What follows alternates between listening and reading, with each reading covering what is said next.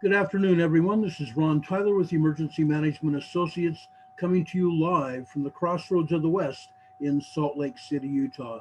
The time right now is 3:14 p.m. Mountain Standard Time on Sunday, March 8th, 2020. I am going to be broadcasting a video that we have put together. We have spent a lot of hours putting this video together. This is an international presentation in regards to seismic activity and the COVID-19. We have newscasts and clips of newscasts from around the world that you need to see, that you need to be aware of, to be able to make decisions and preparations for your own lives in regards to the COVID-19 virus and what you need to be doing. We will not be telling you what to do, but we will be putting together information so that you can make those kinds of decisions. Now be advised, parts of this video are very graphic. Viewer discretion is advised. Again, I repeat, viewer discretion is advised. This video presentation today will preempt any broadcast that we would normally do at night during our program. And so we will not be broadcasting tonight. This is an extended presentation that it will be just over an hour and a half long, an hour and 30 minutes. But we thought it was better to show you this and have it broadcast now than wait. So with that, I'm going to bring you the broadcast that we put together. We hope you enjoy it, and we will discuss it with you at another time. Thank you for joining us.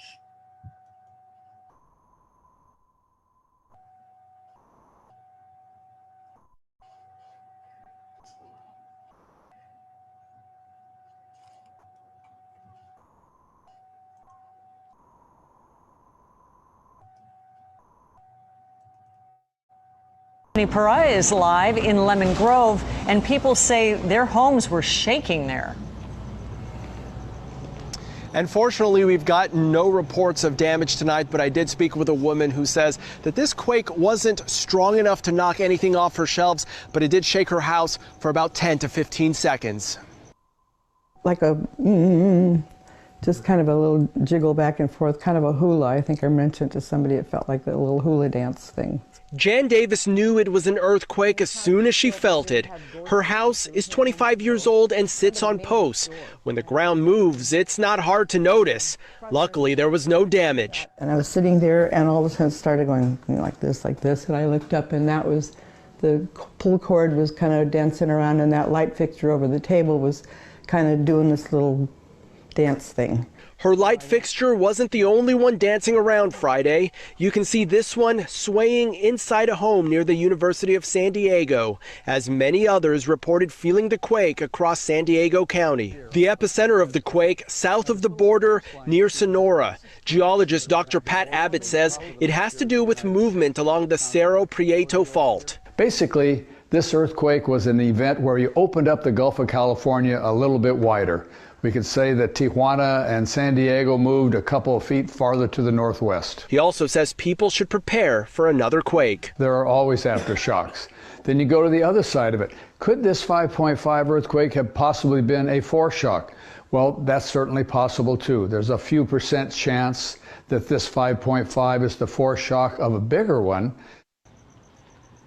And if it was followed by a stronger quake, even then, Dr. Abbott doesn't think it would be strong enough to cause any serious damage here in San Diego County.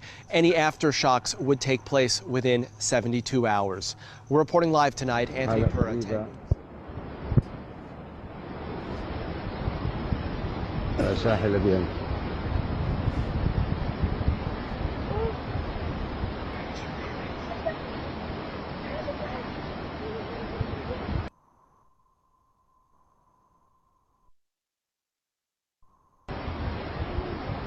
على امتداد ساحل اليمن.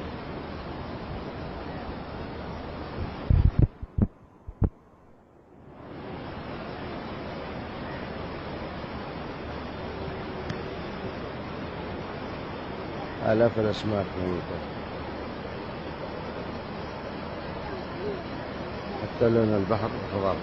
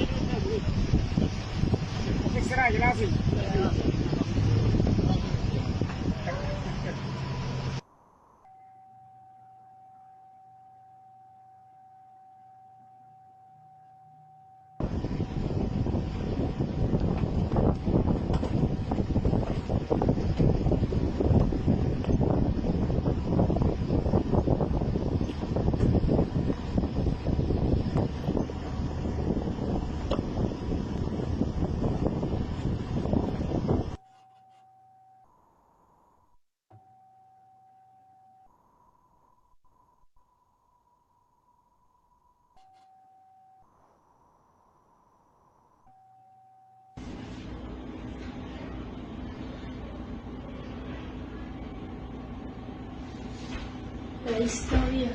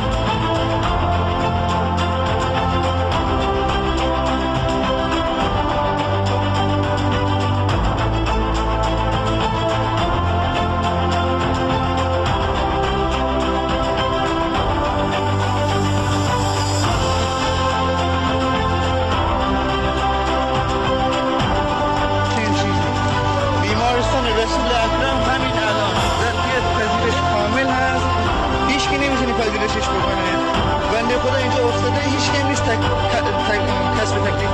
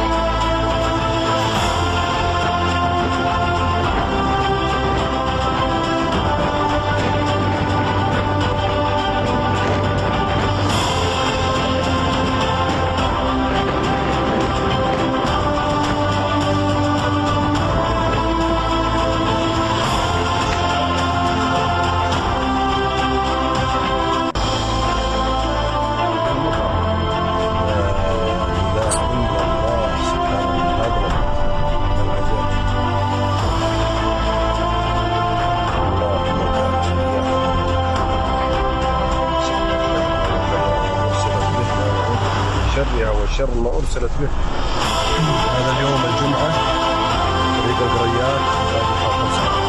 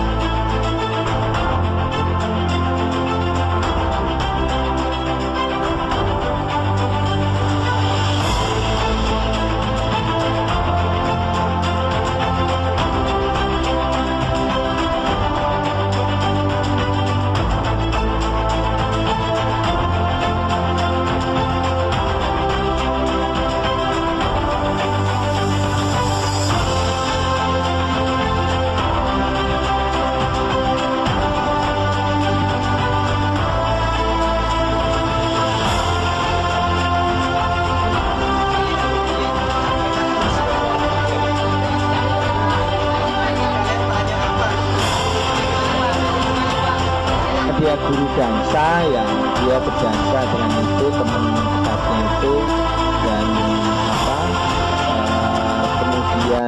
breaking news at this hour. Within the last hour, Kentucky Governor Andy Beshear has announced the state has its first confirmed case of COVID-19, the coronavirus. That patient's currently in Lexington. He's being treated in a hospital in isolation. Governor Beshear has declared a state of emergency so the Commonwealth can get resources to fight the disease faster. To our Kentucky families out there that are nervous, this is what we've been preparing for, and we are ready. There is no need to panic. I get that it's scary. I'm the dad of 2 great young children, but we will face this. We will face it together. The governor's office has set up a hotline for people to call if they have questions about coronavirus. Here it is, everyone. See it on your screen, 800-222-1222. Now, this announcement comes just hours after Indiana confirmed its first case of the disease. An Indianapolis man contracted coronavirus after traveling to Boston and attended an event with an infected person. Now, right now, there are no confirmed cases in the state of Ohio. But Ohio Governor Mike DeWine says state health officials are monitoring possible cases closely. He said Ohio received testing kits yesterday from the federal government that can give same-day results. Life should go on. People should be cautious, but go to the basketball game, go to the grocery, go to church, live your life. But again, be cautious. You can read much more about the coronavirus right now on our website, WCPO. Governor Newsom says anyone who takes a coronavirus test won't have to pay out of pocket. Yeah, but who is allowed to take the test, and how do you go about getting one exactly? CBS 13's Heather Jansen is in the newsroom for us tonight getting answers. Heather? Yeah, good evening. Well, it hasn't proved to be the easiest process. After one San Joaquin County woman reached out to us for help earlier today, I've been on and off with health departments all day long.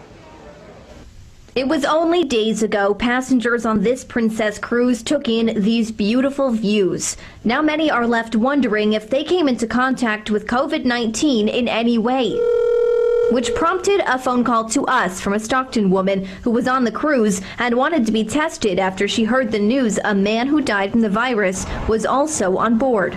It was very disturbing. This woman isn't showing any symptoms, but still wants some peace of mind after she's been out and about in the community for several days. So we wanted to know, can a person who was on that cruise ship but not showing symptoms get tested? The answer when we asked the state, it's a case-by-case basis and up to local medical professionals. To call their public health department, their provider, their hospital system first. But this woman tells CBS 13 she did to no avail. What avenues have you taken to try and get a hold of somebody? I did put in a call to my personal doctor, and I tried to call the health department, but there was over an hour wait. So we called the San Joaquin County Health Department for her. How do they go about getting a test with you guys? We shared this woman's story and asked if she could get a test. They're going to call me back.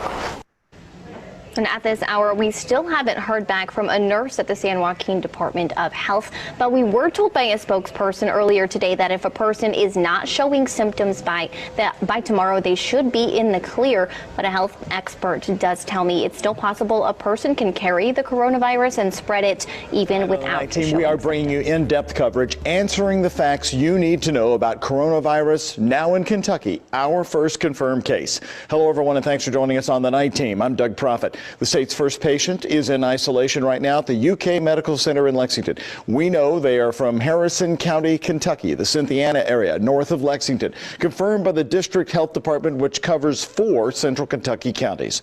We don't know if the patient is male or female or their age. Paulina Butska begins our coverage with the governor's 5 o'clock announcement. The individual that has tested positive for the virus is in Lexington and is currently being treated in isolation. While details are slim on the identity of the patient, we do know they are a Harrison County, Kentucky resident, and they are not part of the UK community, neither a student nor a staff member. In his 5 o'clock news briefing, Governor Andy Beshear assures the public efforts are underway to help manage the spread of this novel coronavirus. Overall threat to Kentuckians is still low, We as a state are going to take every necessary action to protect our people. Lexington's Mayor Linda Gordon says the city has set up a call center to take resident calls. Lexington's Health Director Craig Humbaugh. And that is mainly not for medical questions or questions that you should ask your provider, but for questions about COVID-19 in general. In place right now for the state, an emergency operations center activated at a level 4, the lowest threat level, and a poison control hotline which now serves as a COVID-19 hotline for state residents to call in with their questions and concerns over the virus. One thing officials don't want people to do: panic can be just as harmful as any type of virus that's out there. Reminding people to go about their day-to-day activities while staying vigilant in your hygiene and calling out of work when sick. And the governor suggesting more could be on the way. It is important now that we have the first confirmed case to know that we should expect at least one other confirmed case at some point in Kentucky. That's what we are seeing. Well, Governor Beshear does say that they expect to have more details about the patient earlier, either this weekend or sometime. It may be called a little bit of heaven, but people living at this Southside homeless shelter are painting a very different picture. Now, just weeks after we reported on the filthy and inhumane conditions inside, our Lauren Victory has learned the city's moved in and shut it down.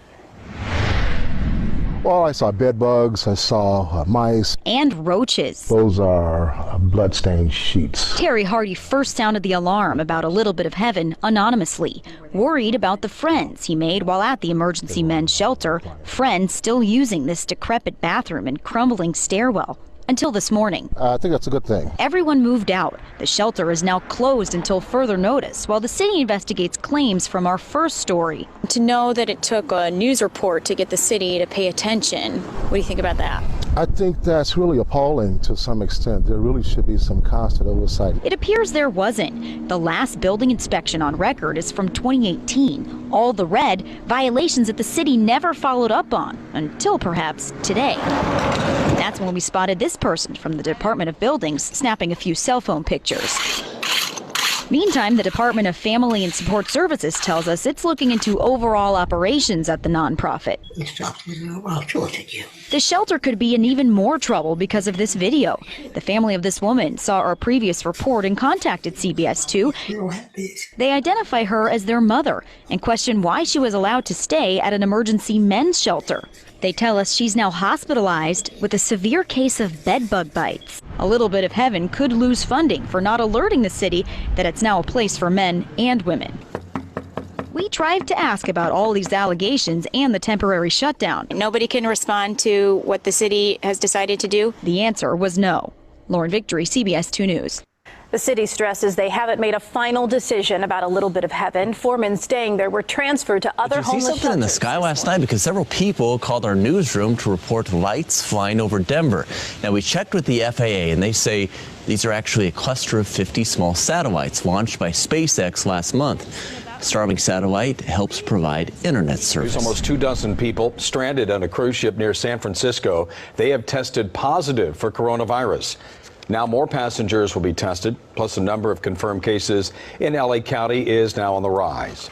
Now, state and local leaders are working with the federal government right now for that testing and in hopes of containing the spread of the virus. That's right. Here's the very latest at the 10 o'clock hour. There are now 13 confirmed cases in LA County. 2 of them are screeners at LAX. Of the 21 people who tested positive on the Grand Princess cruise ship, 19 are crew members and 2 are passengers. Tonight, 2 people died in Florida, bringing the national death toll to 17. And of course, we have team coverage for the latest on the coronavirus, starting with KCAL 9's Jeff Nguyen, who's live in our newsroom tonight. Good evening, Jeff. And good evening to you, Jeff. Well, adding to all of this, some extreme measures tonight. The mayor of Austin, Texas, canceled South by Southwest. Now, that's the annual festival that draws more than 150,000 people. On top of that, Stanford University just announced it's canceling all in-class courses for the remainder of the winter quarter. These developments come as people on a cruise ship remain under quarantine off our coast. Here I am on the Princess cruise ship. Tonight, passengers aboard the Grand Princess say more people will be tested for the coronavirus while they wait off California's coast. This after 21 passengers and crew tested positive for COVID-19. I mean, I would like to test everybody and test me to make sure, Monica Actor is among the 3,500 on the ship for a second night at sea. Food is being delivered to rooms while passengers are being asked to not open their doors. Please remain in your stateroom. I would be inclined to say leave everybody on the ship for a period of time. The president visited the Centers for Disease Control and Prevention in Atlanta, where he complimented the agency's work. But the CDC has been under fire for delays in getting out test kits. We found that in some of the states it didn't work. We figured out why. I don't consider that a fault. I consider that doing quality control. Coronavirus cases have been confirmed in 26 states, and the University of Washington has canceled in-person classes until March 20th. Finals will be done online. A little stressful at the moment. At least 13 people have died in Washington state. More than half are linked to this nursing home where testing is underway, while families demand more information on loved ones. I think somebody somewhere decided that this population of people wasn't worth wasting resources on. Both state and federal officials have been working on a plan to get the passengers of the Grand Princess back to a non-commercial port this weekend. Vice President Mike Pence indicated some of the 3,500 passengers and crew members will stay on. One Bay Area city is leading the way in creating new housing that homeowners can put in their own backyards. As KPIX 5's Len Ramirez reports from San Jose, these backyard homes can help solve the housing crisis and make a few extra dollars for the homeowner. They call it a granny unit, but there's nothing old-fashioned about this modern tiny home. We were looking for something that was the right size, that would be long-term livable. Homeowner Jeff Thompson says this prefabricated home was put in his backyard and made move-in ready in just 12 weeks. They drove it here and then craned the whole unit over the backyard and just put it right on top of the foundation and finished the utilities, and it was as easy as that. It's all part of a new program at City Hall to streamline the backyard home permitting process, plus the quick one-stop shop business model of Bay Area prefab home startup Abodu. Okay, so this is a 500 square foot unit. I'll just take you through it here. Right now we're in the living room and the TV area. We're going to walk right through the little galley style kitchen where we have very nice appliances, and that leads you into the bedroom. It's a pretty nice sized bedroom. There's 2 closets.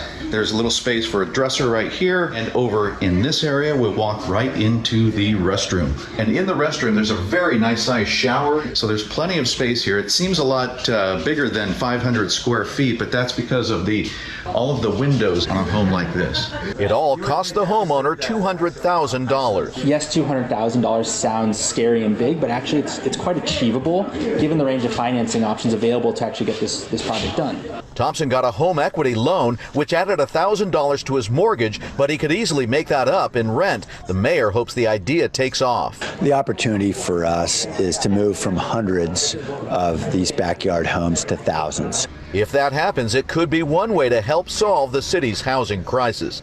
In San Jose, Len Ramirez, The city of Philadelphia says it is ready to respond to the COVID-19 coronavirus.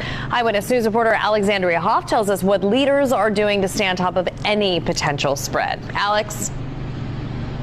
Well, Jessica, yes, potential is the key word there. There have been no confirmed cases of coronavirus here in Philadelphia. Still, officials want residents to know that they are prepared and not to panic because hysteria does not help. People in Philadelphia have very different opinions when asked if they are concerned about the coronavirus. Absolutely. I'm scared to death. I'm just not. Although no confirmed cases of coronavirus are present in Philadelphia, officials have no choice but to prepare for a possible wave. The testing for the coronavirus is much more available than it was even yesterday. In the past, this testing was only available through the Centers for Disease Control. It's now available at the State Public Health Laboratory. Many Philadelphia institutions are also working to stifle stifle a possible future spread. The airport and SEPTA have beefed up their cleaning schedules and disinfectant use. The University of Pennsylvania has canceled all large-scale campus events for April, including their famed mid-April Quaker Days. It may cut down the spread some.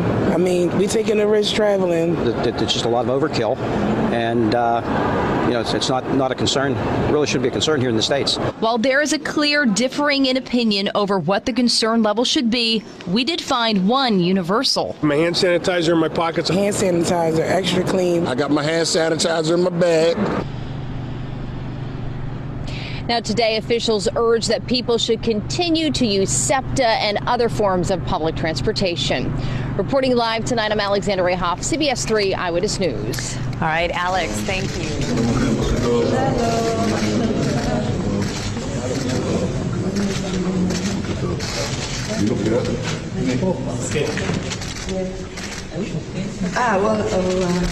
מסע 346.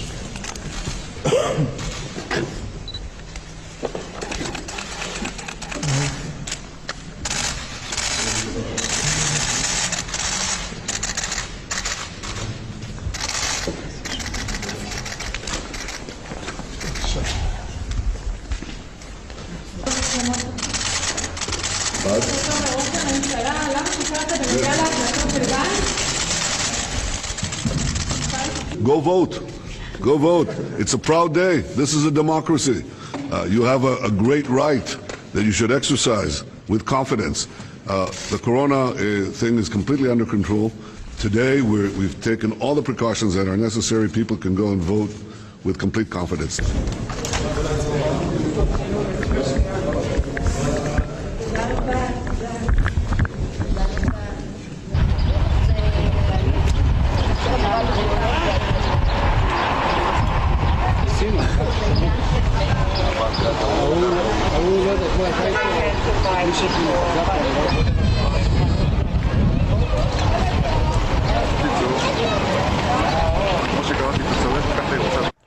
U.S. President Donald Trump has said that South Korea and the U.S. are closely working together as allies to deal with the coronavirus outbreak. He said this at the U.S. Centers for Disease Control and Prevention in Georgia on Friday. Trump then added that the two countries have been carrying out similar COVID-19 testing. The U.S. is also battling with the crisis, seeing over 300 confirmed cases. We begin our evening newscast with an update on COVID-19. The number of confirmed cases in South Korea has reached more than 7,000. That's an increase of 274 since the start of Saturday. The death toll has risen to 49, mostly older people with underlying illnesses. An apartment complex in Daegu has been put under cohort quarantine, meaning that residents are not allowed to go outside and the access of all outsiders is banned. The measure was put in place as 46 out of 142 residents have tested positive for the virus. Daegu authorities confirmed that 94 people in the complex are connected to the Shincheonji religious group, one of the major sources of infections in the country. Now, amid the coronavirus outbreak, schools and universities here and across the U.S. are taking measures to prevent the disease from spreading. KCAL 9's Joy Benedict is live at Murrieta Valley High School, which is temporarily closed as a precaution. Joy. That's right, Amy. Certainly a lot of fear when it comes to the coronavirus, especially when you're dealing with places of education, when you have a lot of young people in a small proximity. The fear is obviously this virus can spread very quickly. But we are live right now in front of Murrieta Valley High School, as you mentioned, which made the decision last night to close the school temporarily. This after the district announced that an employee of the high school was ill and being tested for COVID-19, the new strain of the coronavirus. In response, the high school will close. In a notification to parents, the school said the staff member had recently traveled to a country with a known coronavirus outbreak. While this employee is being tested, the school will shut its doors as a precaution. Health officials have also told 71 students who may have come in contact with this employee to self-quarantine quarantine and also stay home, as obviously every community is trying to minimize the risk of exposure and spread of this virus. In a statement, Dr. Cameron Kaiser from Riverside County Public Health said, "While I want to reassure the students, families, and staff at MVHS that the risk of transmission is low, I support the school district's decision to temporarily close the school until testing is complete." But of course, this isn't the only school dealing with this issue. At the University of Washington, a staff member tested positive for COVID-19, and in response, the university has canceled all in-person classes through the end of the winter quarter, which is a few weeks away. And in Silicon Valley, Stanford is also shutting its doors, and not its dedication to learning, I should say, as dozens of cases of the coronavirus have been confirmed in the Bay Area. The university announced last night the last 2 weeks of the winter semester will be taught remotely. And USC is also preparing to practice the same. The school announced it will be doing online classes this upcoming Wednesday, Thursday, and Friday to test its system, just in case it also must move to an online education format. And don't forget about UCLA, but from there we have some good news this morning, as all 3 students in self-isolation for possible exposure to the coronavirus have tested negative. We just learned that a few hours ago. So certainly good news for those 3 students that were tested there at UCLA. Now back out here live at Murrieta Valley High School. What we are told is going to happen is, since this school is now officially closed, they're going to be going in, they're going to be disinfecting it while they wait for those test results. As I mentioned, from that staff member who is ill and being tested for COVID-19 right now, until they have the test results from that individual, the school behind me will remain shut down. Amy? All right, Joy, thank you for that. Tonight, Sacramento County has declared a public health emergency over the coronavirus. It comes as more patients test positive in our state, including 2 community spread cases in San Francisco. Right now, the California National Guard is expected to bring back test kits from that cruise ship ordered to stay off the coast of California. Now, this is a live look right now over the Richmond Fire Department, where the National Guard helicopters will be landing. The tests will then be driven to a state lab in Richmond. You don't see this every day. New video showing National Guard paratroopers dropping off those kits earlier today. 300 were delivered to the cruise ship. The precautions come after a Placer County man who was on that ship last month died yesterday from the virus. 3,500 people currently on this new cruise are in limbo until further notice. Some passengers say they can't sleep because they're so darn anxious. I don't want to go home. I don't want to go home to my family because I don't want to take anything to them. Right. I don't want to take it to my city if I happen to have it on my clothes or whatever. I don't even know. Yeah, so much uncertainty. That ship was originally scheduled to dock in San Francisco. Students has returned from Italy in a group that includes 10 seminarians. As Andrew Horansky tells us, churches are also taking steps to stop the spread of coronavirus. Borromeo Seminary in Wycliffe is being cleaned and disinfected tonight after 10 seminarians and a faculty priest returned yesterday from Italy. They were part of a study abroad program through John Carroll and will self-quarantine for the next 14 days at home, monitored by the Lake County Health District. It's been a week under the weather for the Catholic Church, with the Pope coughing several times during a brief address on Sunday. And though it was just a cold on Thursday, the Vatican confirmed its first case of coronavirus. While back in the U.S., some churches enacted swift changes, banning parishioners from sharing wine. Let us offer each other a sign of peace. Refraining from shaking hands or even hugging during the sign of peace. The Diocese of Cleveland urging those who are sick to just stay home. Guidelines were also issued by the Bishop of Ohio's Episcopal Diocese, who recommended hand sanitizer in obvious places and gazing instead of shaking hands. Worshippers agreeing precautions make sense. It's not an emergency yet, but we should think about it. It's not going to change anything as far as how we feel spiritually, and I don't think we're missing out on anything.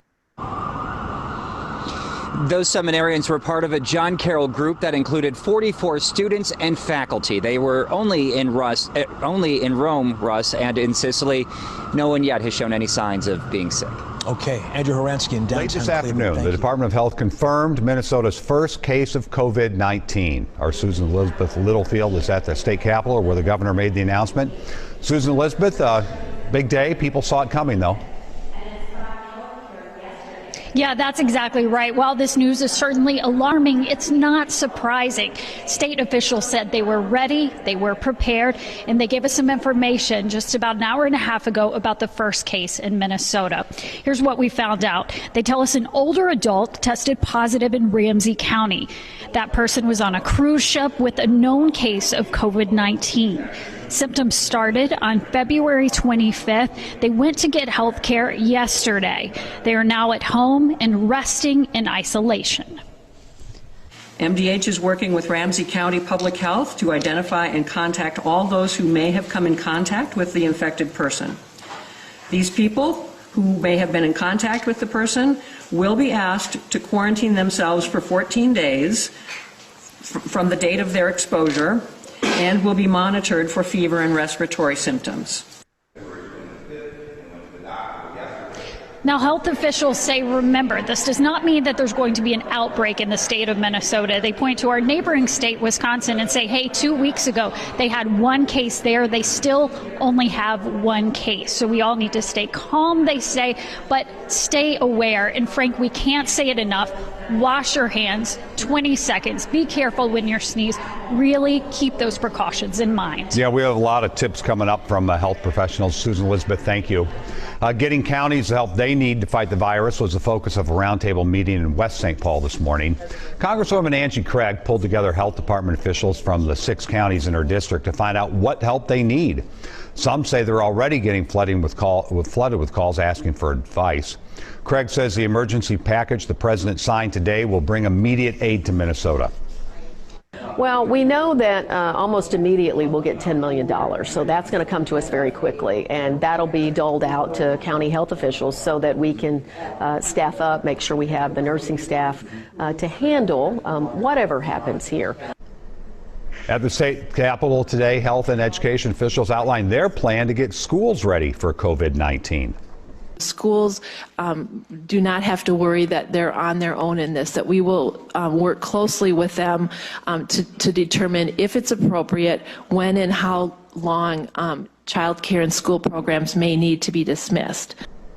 The health and education departments are asking school leaders to take steps now. That means routine cleaning, creating a communication plan, and to be ready. These are the prevention tips from the health professionals. They include covering coughs and sneezes, washing your hands for 20 seconds, avoid touching your face. The coronavirus outbreak has reached a grim milestone. The number of people infected globally has now surpassed 100,000. It's important to remember, though, a vast majority of people have recovered. The death toll currently stands at more than 3,400 worldwide. Here in New Zealand, there's now 5 confirmed cases. A woman in her 40s testing positive. She's the partner of the 3rd case confirmed earlier this week. Health officials here say there are 2 more probable cases, with one of those forcing dozens of staff at North Shore Hospital into self-isolation. With more, let's head to Nicole Bremner, who's outside North Shore Hospital for us tonight. Nicole.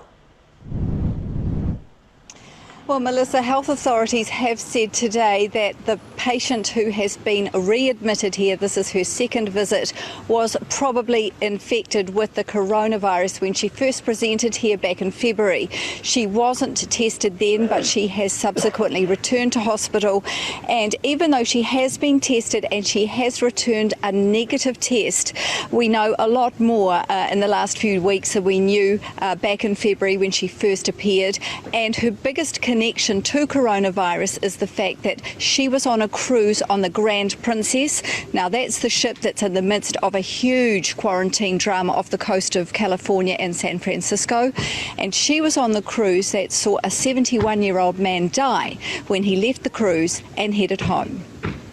A rough end to a cruise ship holiday. The woman in North Shore Hospital isn't a confirmed case, but that hasn't stopped officials from taking precautions. We have a strong consensus amongst infectious diseases specialists the clinicians caring for her and our public health specialists that when she was first admitted with the respiratory illness, that she was a probable case of COVID-19. A fifth case was confirmed here today. She's a New Zealand citizen in her 40s and the partner of the third case announced this week. Their family members were in Iran and came back into the country last month on a Qatar Airways flight from Doha. One of them is believed to have been carrying the virus and passed it on to our third case and now on to our fifth as well. Meanwhile, there were queues for paracetamol today over fears of a shortage.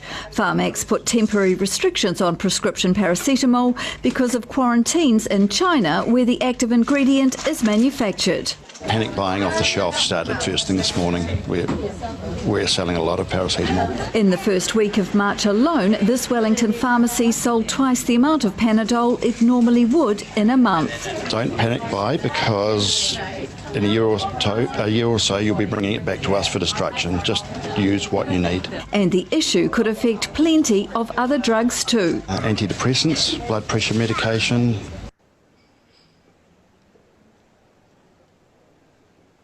With more than 100,000 confirmed coronavirus cases being treated around the globe, it was only a matter of time before the illness arrived at the headquarters of the Roman Catholic Church.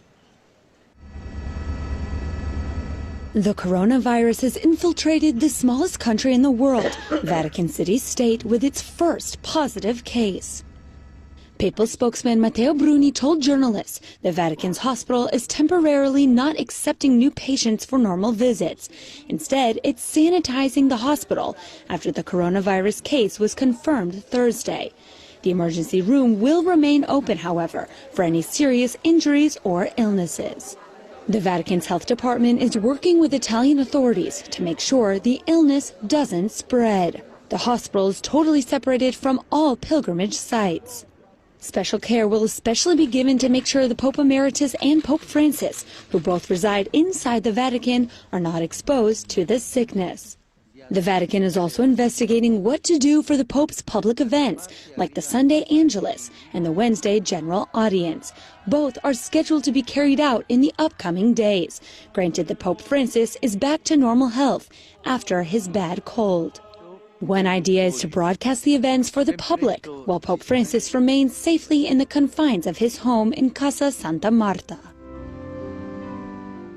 Coronavirus deaths in Italy have surpassed 100, with nearly all victims being elderly with existing health problems. That's why for 83-year-old Pope Francis, extreme measures will be taken to make sure he doesn't come in contact with anyone who could have the coronavirus. At the Vatican, Melissa Butts, Currents News.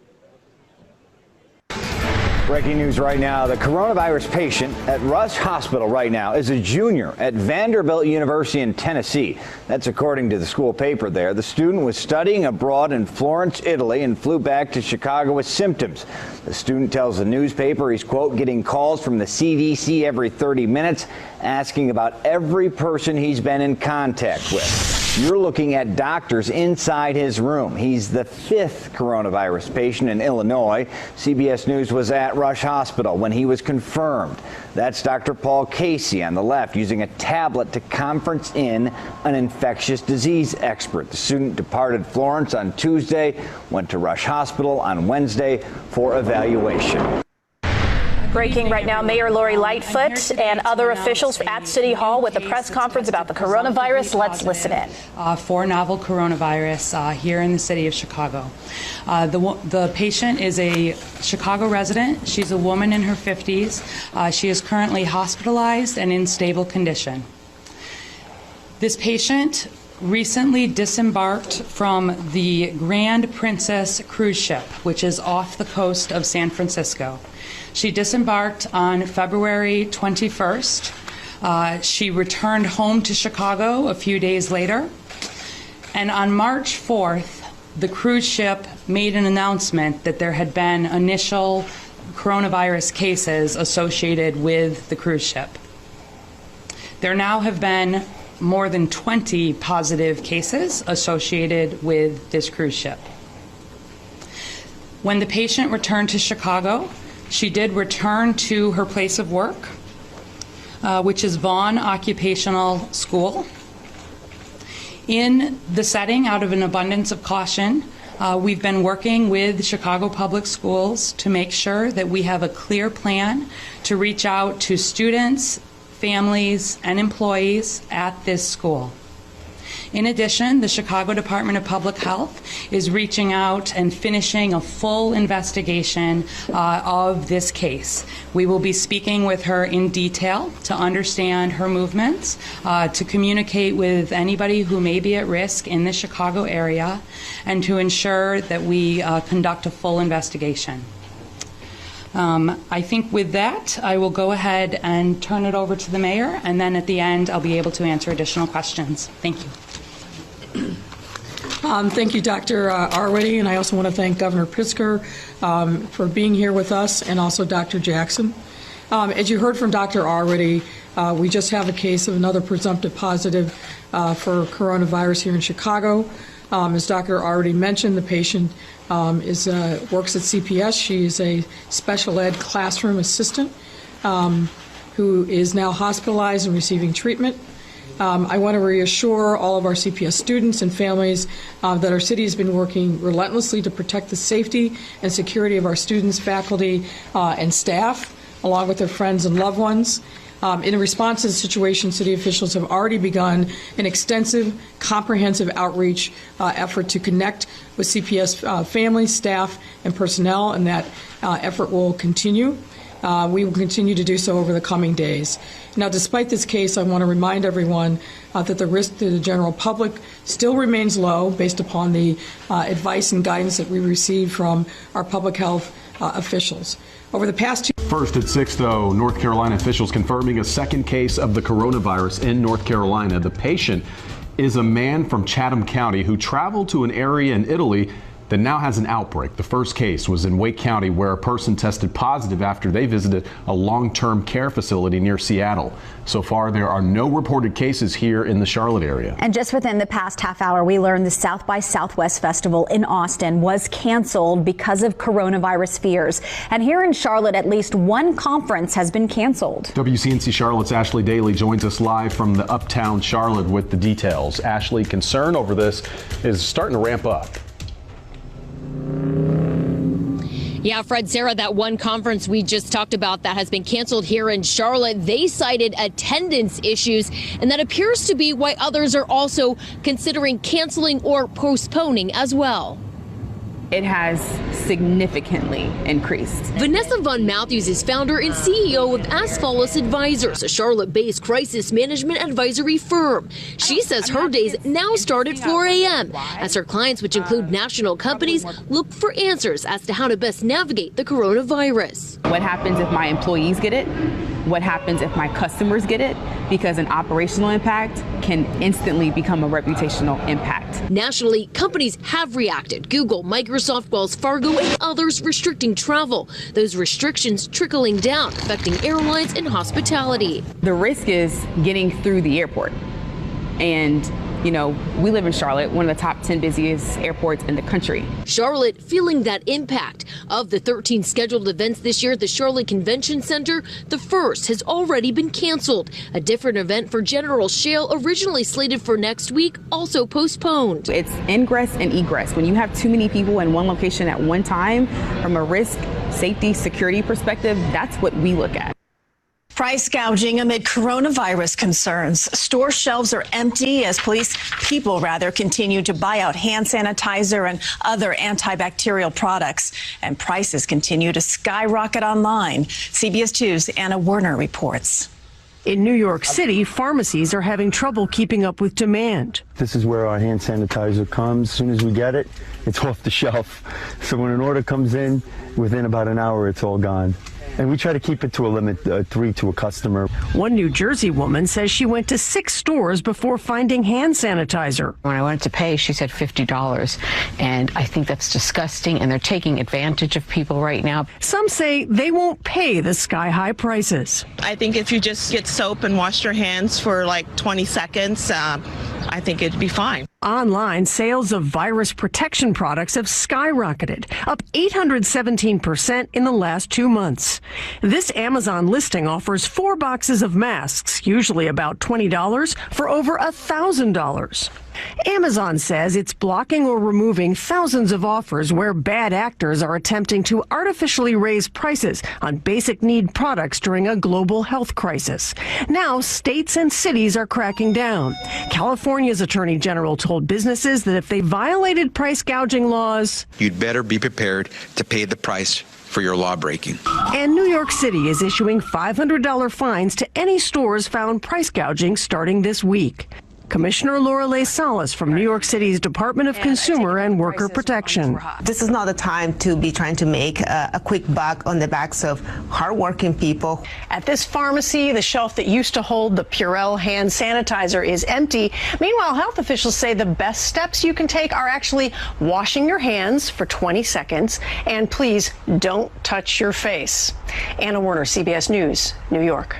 A Denver school closes early after a student's parent tests positive for coronavirus tonight. St. Anne's Episcopal says it does plan to hold classes on Monday. That's just one of the new cases confirmed here in Colorado. There are now 8 presumptive cases in all. An important note, 7 of the 8 people had recently traveled internationally, and none of them have had to be hospitalized. Carl, last night we told you about the state's first case up in Summit County and the second in Douglas County. Today, 2 cases were confirmed in Denver, 1 in El Paso County, 1 in Eagle County, and 2 more in Douglas. Today, Governor Polis said he's not surprised. Well, it's really expected, frankly, as we're testing more people, we're expecting more positives. We've seen this pattern in many other states.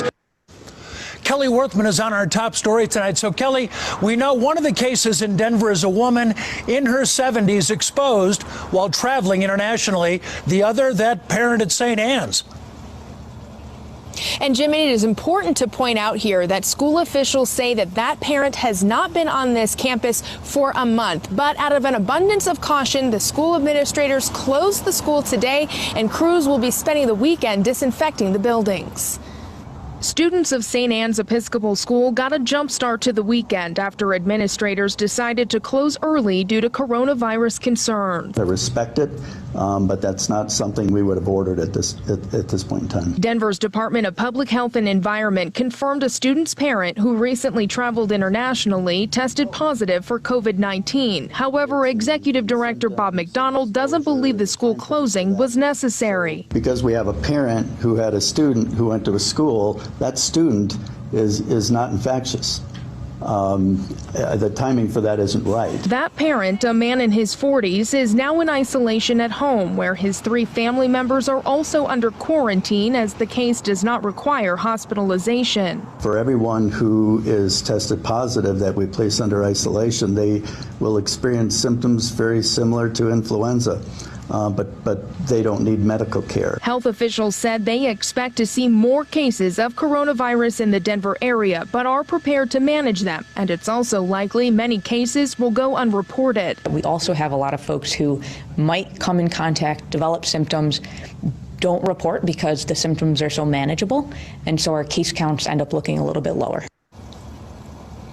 Now, these new and growing cases around the metro area does have some people questioning if they should perhaps change their weekend plans and stay home. Well, the city's public health department is saying, no, definitely don't need to stay home, but they emphasize the critical importance of washing our hands frequently.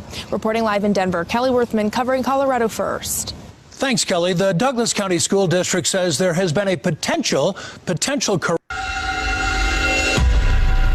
These are coronavirus test kits being flown by chopper to the Grand Princess cruise ship after reports of a suspected outbreak of COVID-19. I was worried mainly because my parents are elderly and my mom has asthma. So yeah, I'm very worried if she would get ill, what might happen. Debbie Loftus and her parents are among the 2,400 passengers circling more than 60 miles off San Francisco, not allowed to disembark. Just hours ago, Vice President Mike Pence gave the results. 21 individuals on the Grand Princess tested positive. Among those were 19 crew members and 2 passengers. Right now, it's just numbing. It's just trying to process this information and see what our life holds in the next couple of weeks. Passengers now confined to their rooms. All passengers and crew will be tested for the coronavirus. Those that need to be quarantined will be quarantined. Those that require additional medical attention will receive it. Outside the San Francisco hospital, they were setting up tents to handle any overflow coronavirus patients as the virus wreaks havoc across the country. In the United States, there are hundreds of cases in at least 26 states with at least 17 deaths. Daily life has been disrupted. The wildly popular Austin Festival South by Southwest now canceled, along with dozens of other large gatherings. And now a wave of school closures. Classes are canceled here. That means no classes, no practices, no after-school activities. And many employees are being told to work from home, including everyone at Apple headquarters in Cupertino, California, and Microsoft. In Hollywood, the release of the new James Bond movie, No Time to Die, postponed for 8 months. Where's 007? President Trump visited the Centers for Disease Control and insisted the federal government has the coronavirus outbreak under control. The head of the CDC agreed. At the present time, the general risk to the American public remains low. The hardest hit area is Washington State, where there have been more than 80 cases and at least 14 deaths. Seattle's iconic Pike Place Market, normally bustling with tourists and shoppers, virtually deserted yesterday. It's like a ghost town. The epicenter is here, the Life Care Center in Kirkland, where at least 10 people have died. Families are outraged at the lack of response. Pat Herrick told us after she learned her mother died, she got a second painful phone call. She said, I just want to check in with you and let you know that your mother's doing fine, that she doesn't have a temperature. I said, that's my mom died at 3:30 this morning. And she was like, oh my God, you know, that wasn't in the chart. They don't care. They don't care about the elderly. Colleen Mallory's 89-year-old mother, Peggy, who suffers from... The coral of Australia's Great Barrier Reef is already thought to have suffered what's known as bleaching from rising seawater temperatures this summer. Scientists say the next few weeks could be critical to its future. A hotter than normal February has left the sea around a degree or more above the March average and damaged the coral more than ever before. The reef's chief scientist says water temperatures needs to drop quickly to allow any kind of recovery, or large parts of the vital marine habitat could be lost forever. Austria has joined a growing number of countries restricting entry to travelers from South Korea. This is according to South Korea's foreign ministry on Saturday. Starting Monday, all travelers from South Korea, Iran, and some parts of China will have to submit paperwork that proves that they have tested negative for the virus when entering Austria. With Austria added to the list, a total of 103 countries and territories are placing entry restrictions as of 2 p.m. on Saturday. Keeping XI's Wilson Walker live in Walnut Creek with more on the trend away from mass gatherings. Wilson? Well, in just the past hour, the city of San Francisco issued guidelines suggesting that anyone 60 years of age or older stay at home as much as possible. And they asked everyone to think about what kind of exposure they would like to have to large crowds. That is the city and county of San Francisco trying to limit the spread of coronavirus. And today here in Contra Costa County, there was another set of guidelines. People at higher risk should avoid mass gatherings such as concerts, sporting events, or parades.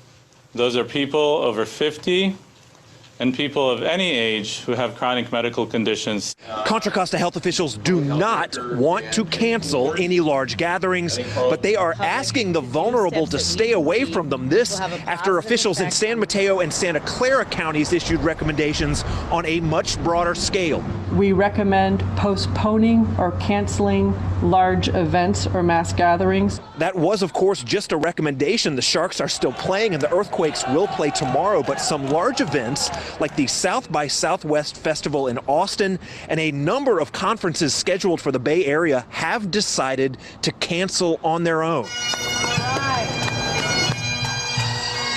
At San Francisco City Hall today, Mayor London Breed was kicking off St. Patrick's Day festivities, which include a parade. The city says its policy on large gatherings is guided by the CDC suggestions. So far, there are no recommendations for any change of plans in San Francisco. We are not recommending school closure at this time. Public Health will update school districts on a conference call on Monday. Back in Contra Costa, 2 more coronavirus cases were identified today, and they both come from last month's Grand Princess cruise. These cases demonstrate that our public health efforts to identify and monitor known exposures is working. But the county does expect the numbers to rise, so what would cause health officials to broaden their guidelines on large gatherings? We're looking to see where they're coming from, and are there clusters that we can identify? And are our current measures failing us? And if that were to happen, we would up our measures.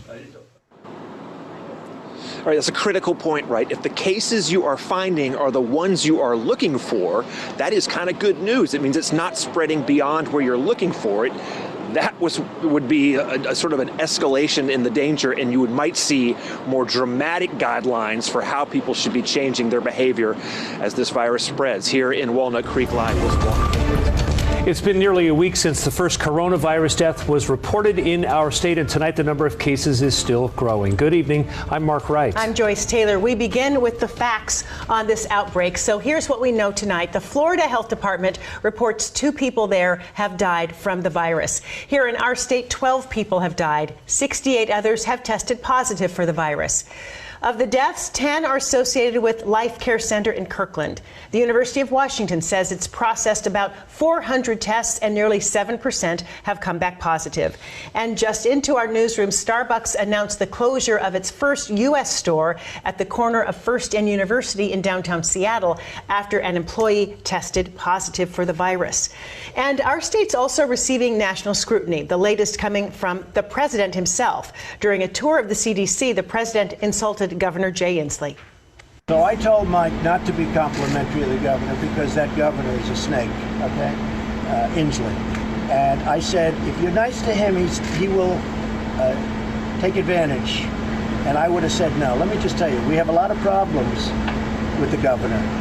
And the governor of Washington, that's where you have many of your problems, okay? So Mike may be happy with him, but I'm not, okay?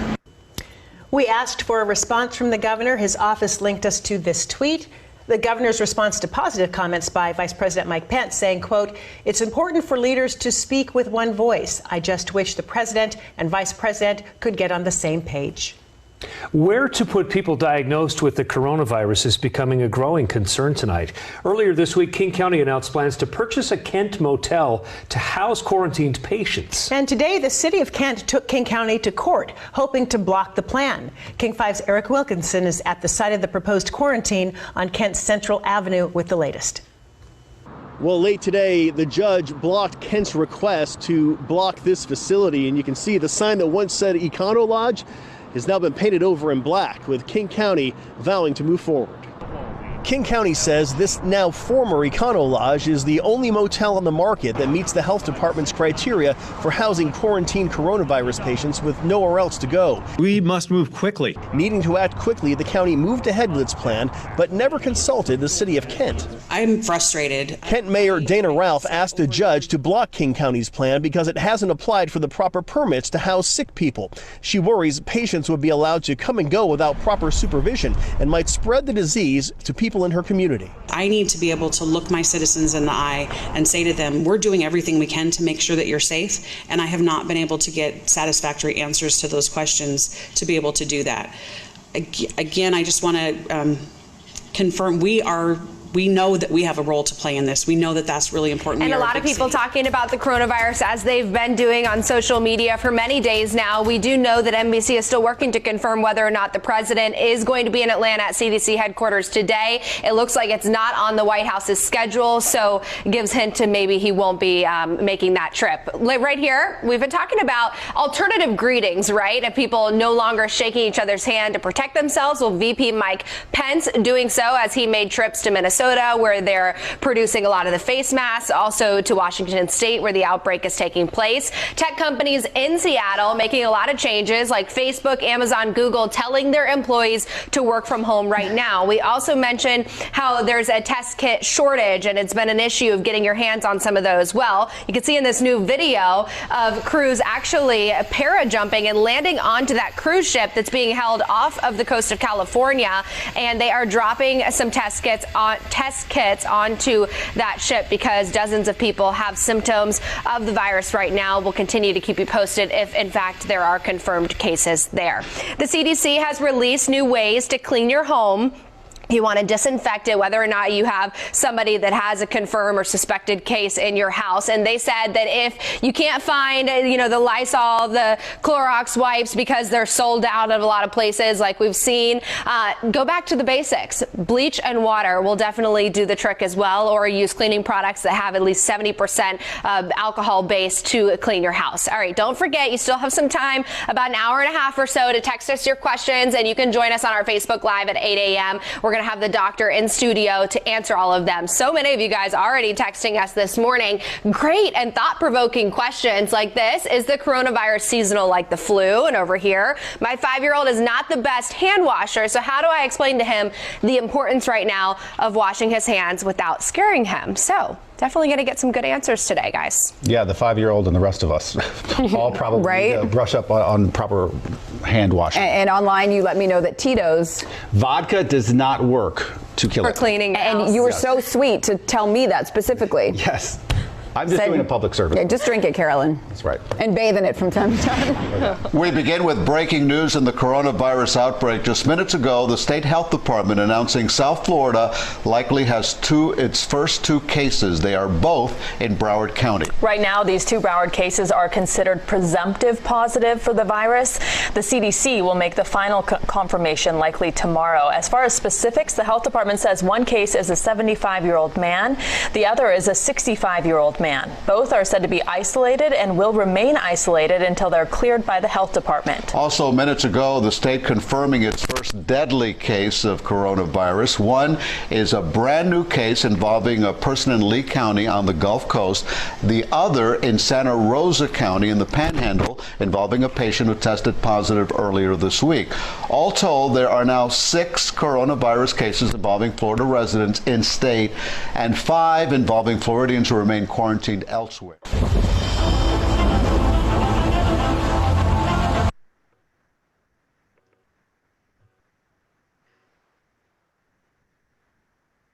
Folks, this is Ron. I'm back with you live in Salt Lake right now.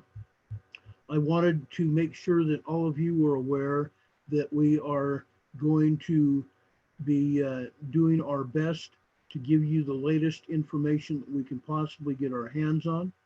We want to let you know that we have everybody's best interest at heart. We are not going to give any information out that is not accurate. One of the last things we want to do is spread fear porn, and that's not what we're going to do. All of this information we thought was absolutely necessary to be heard and to be seen. That's why we made this special broadcast this afternoon. Next weekend, starting Friday afternoon, we will be at the Mountain America Exposition and Conference Center here in Sandy, Utah, at a regional preparedness fair and conference. We will be broadcasting podcasts live from there. We will be doing interviews of movers and shakers in the preparedness industry, and also state officials from Ready Utah and other organizations that can bring you the latest information on preparedness work. That's what we have to do next weekend. That is the only time we are really going to go out in the public to do anything. I also, again, urge you very strongly to take precautions yourself. Don't go out unless you're prepared to protect yourself. If you go out without gloves, please make sure you have some kind of hand sanitizer with you. If you're going to push a shopping basket, make sure you wipe it down so you and your children that are with you will not be exposed to whatever's there. I understand that this virus is also airborne. If you're not wearing masks, that is your decision and your decision alone. But again, some things are absolutely necessary. We want to make that very clear. We hope you have a great rest of the evening. We will be coming back live to you anytime that there is a news story breaking.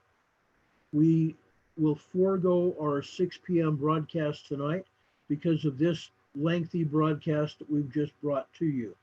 We hope you have had a wonderful Sunday, a wonderful Sabbath, and we ask God to bless you. As we do that, we want to tell you what Walter Cronkite used to say, and that's the way it is. Sunday, March 8th, 2020. For Emergency Management Associates, this is Ron Tyler. Have a great night, folks.